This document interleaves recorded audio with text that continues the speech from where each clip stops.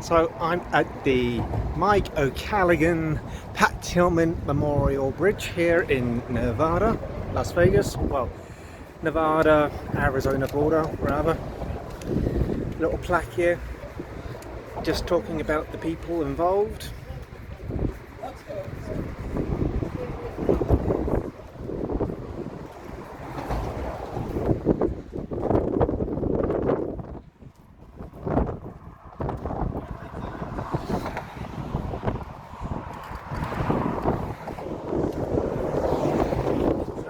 Just walking along the bridge.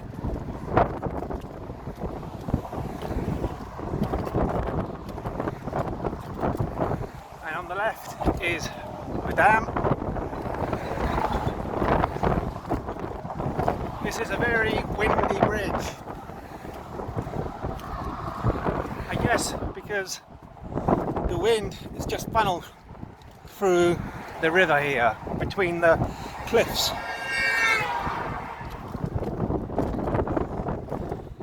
People drive crazy on this bridge.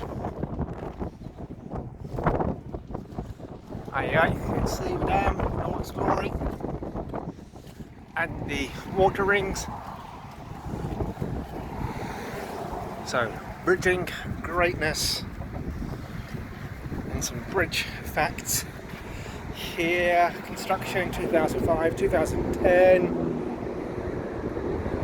Length 1,905 feet, width 88 feet, roadway above the river 880, roadway height 280.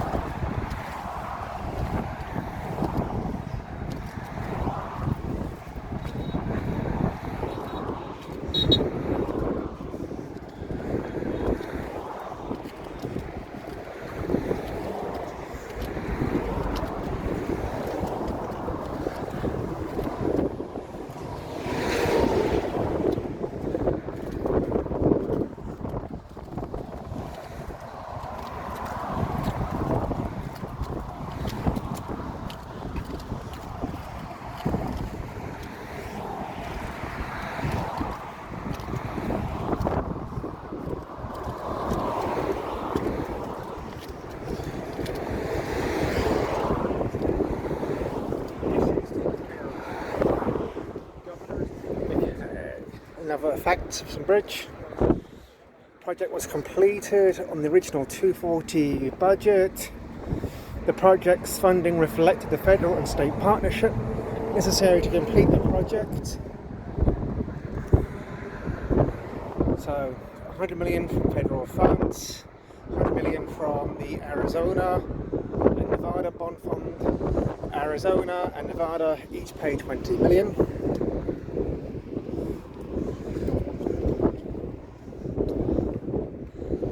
And on the left here is the visitors center. Long way down. I'm not going to overhang my phone too much. I don't want to chance it. I don't want it to fall off.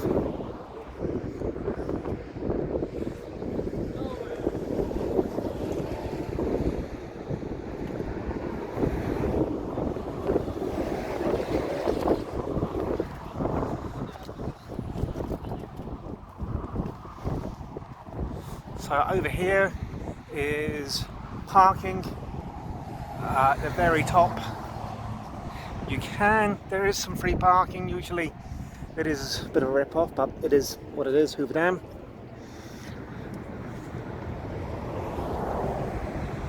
Electricity pylons. The visitor center.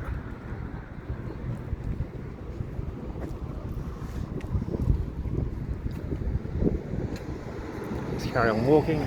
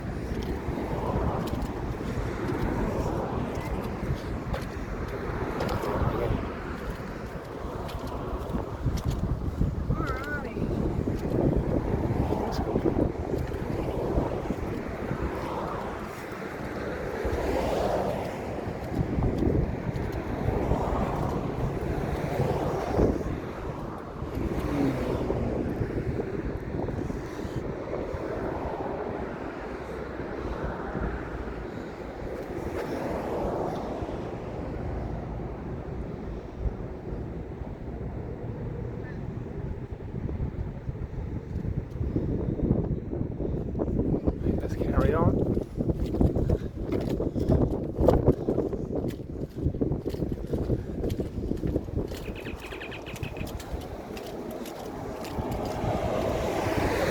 I am skipping most of the plaques along the railings, so I don't have much battery and it's very hot and I don't want the phone to overheat.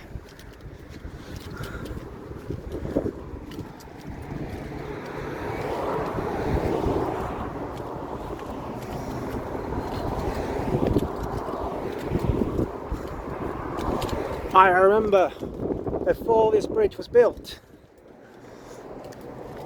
where the traffic is coming down here and going up the little hill by the car park, by the visitor centre. That was the only way in this area to get to Arizona, between Arizona and Nevada. You'd have to go all the way from there, from Nevada, all the way across the dam rim to where all these cars and motorhomes are parked to get to Arizona, and it was a long drive, and you would see HGVs going along this road because that was the only route for I don't know how many hundreds of years. You can see the lake or the reservoir level very low. It's getting worse and worse every year. When they were calculating the flows of the water from the Colorado River, dividing it up between Arizona, Nevada, California, Utah, all the other states that rely on the Colorado River, they miscalculated the flows. And not just that, the flow was based on an all-time high. So there's places, and then don't forget there's other states where the water treaty was signed in the 50s or something like that, or 20s, and population distribution was much different back then. Hardly anybody lived in Nevada, hardly anybody lived in Arizona, and you know California really was the only state in this area where there was so many people.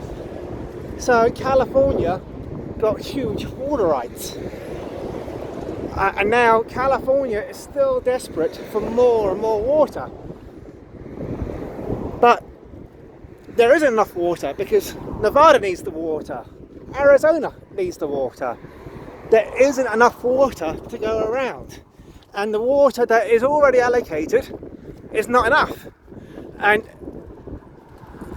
probably California, to survive, will probably need all of the Colorado River to survive for its water. That's how bad it is. I don't know for a fact if that's how much water it would need, but I wouldn't be surprised if the Colorado, the flow of the Colorado River would be needed to supply California. So even if it just supplied California only, if that was enough, that leaves states like Utah, Nevada, Arizona, and other states dependent on the Colorado River, dependent for nothing. It would be, they'd have no water. So that's how bad the water flow is.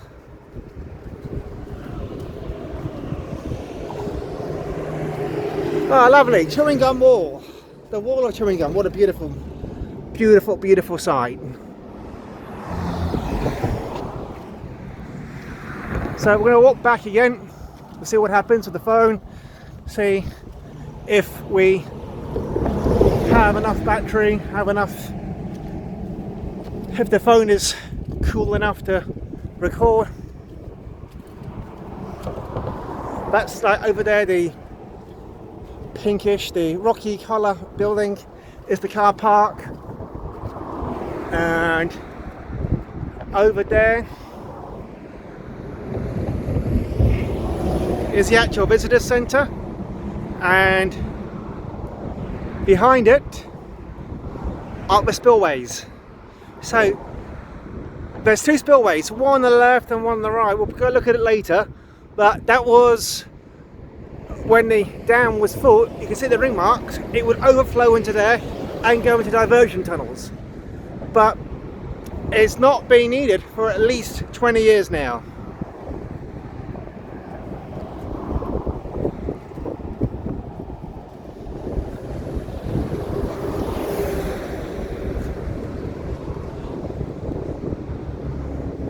Better not go too far, don't want the phone to drop.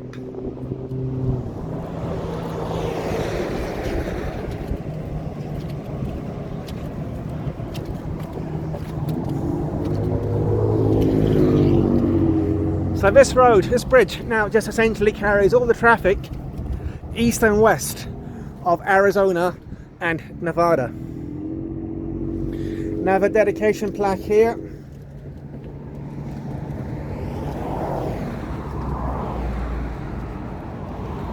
You can actually go swimming in the lake. I would imagine that the red bit over there, the red boom, is the limit of the lake. And I can see looks like something else, perhaps there's another boom. I'm not sure, but let's see if I can zoom in.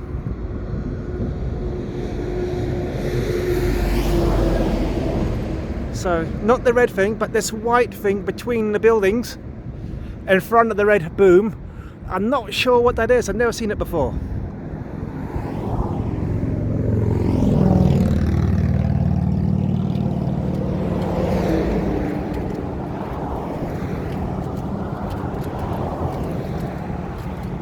Another plaque, dedication plaque.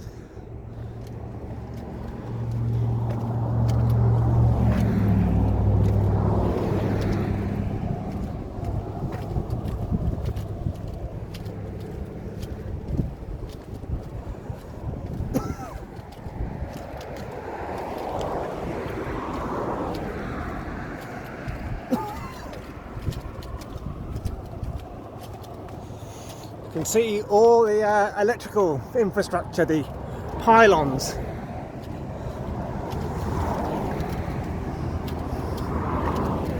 And then over here you can see it as well. You can see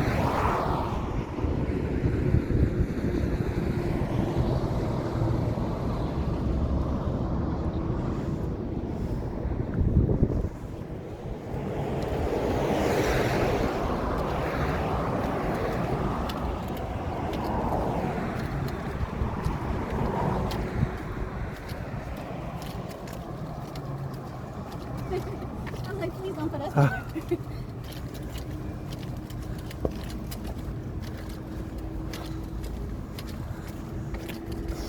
Not many people walk all the way the length of the bridge. They all kind of hang about in the first third.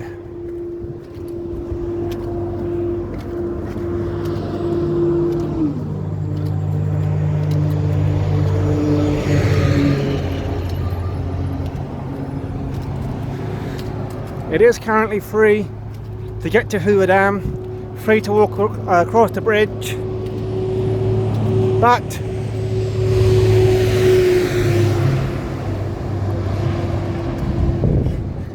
I've got a feeling that they're going to start charging people. Earlier, I saw this convoy further up the road about half an hour ago.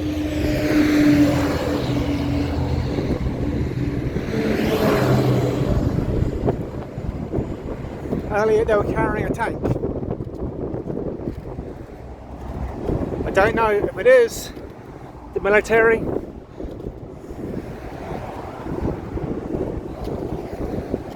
If you know what it was, let me know. I'll link to that other video in the description or in the comments, or both.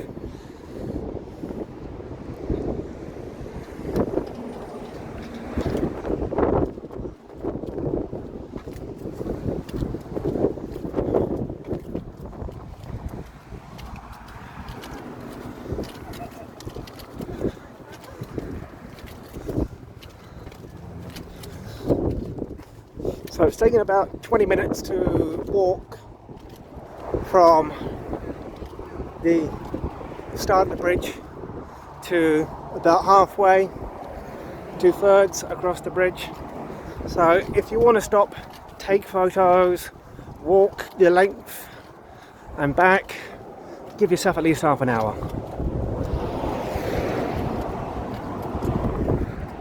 As you can see, this is a Saturday afternoon, very busy. Well, I wouldn't say it's too busy, but I've seen it busier. Saturday afternoon during August, all the kids are off from school.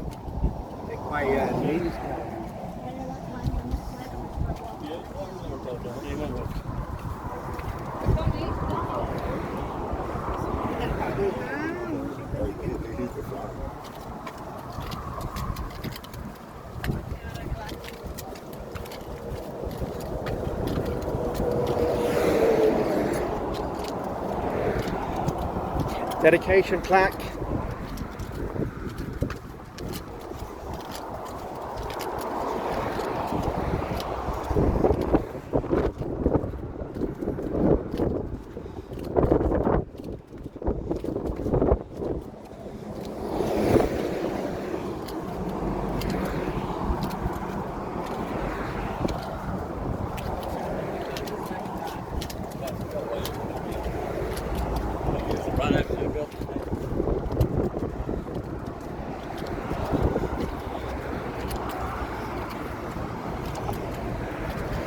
So this way we'll head back to the car park.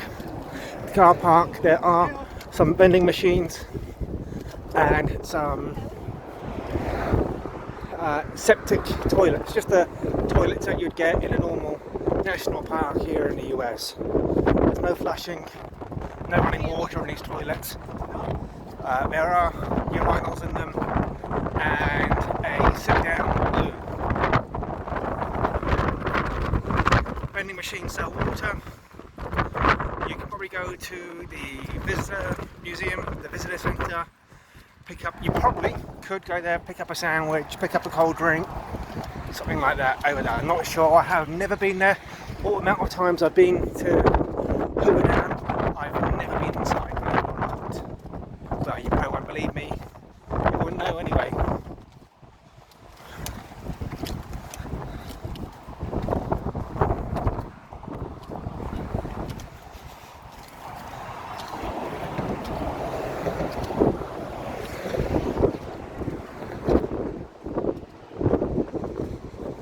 So this Nevada sign, it used to say something different.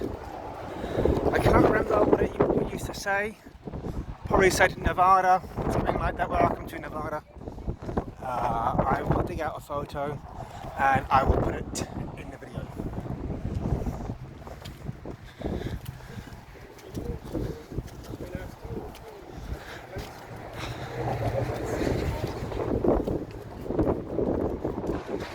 So, information placards here. So it's about 40 degrees today. That's what you'd expect. And the rock makes it even hotter, the concrete, all reflecting, amplifying the sun. More information placards here. This one's a bit worn out.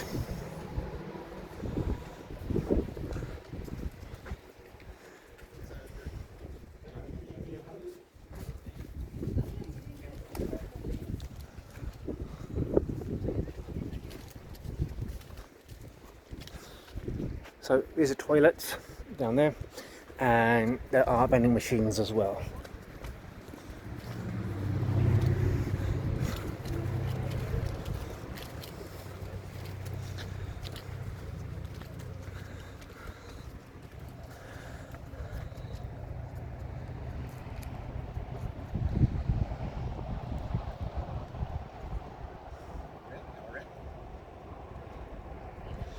Alright folks, I'm going to leave it there. It's not much more to see. You can see the car park here, limited spacing. Yeah, if you're going to the Hoover Dam, this is on the way into the dam itself. So you can park here before you get to the dam. I would go here first before you go on the dam, because you have to take a left turn if you're coming out of a dam. You have to take a left turn, crossing traffic, so you might as well take a right going into the dam, and that makes it much easier to get to. Okay guys, that's it. If you've got any questions, let me know.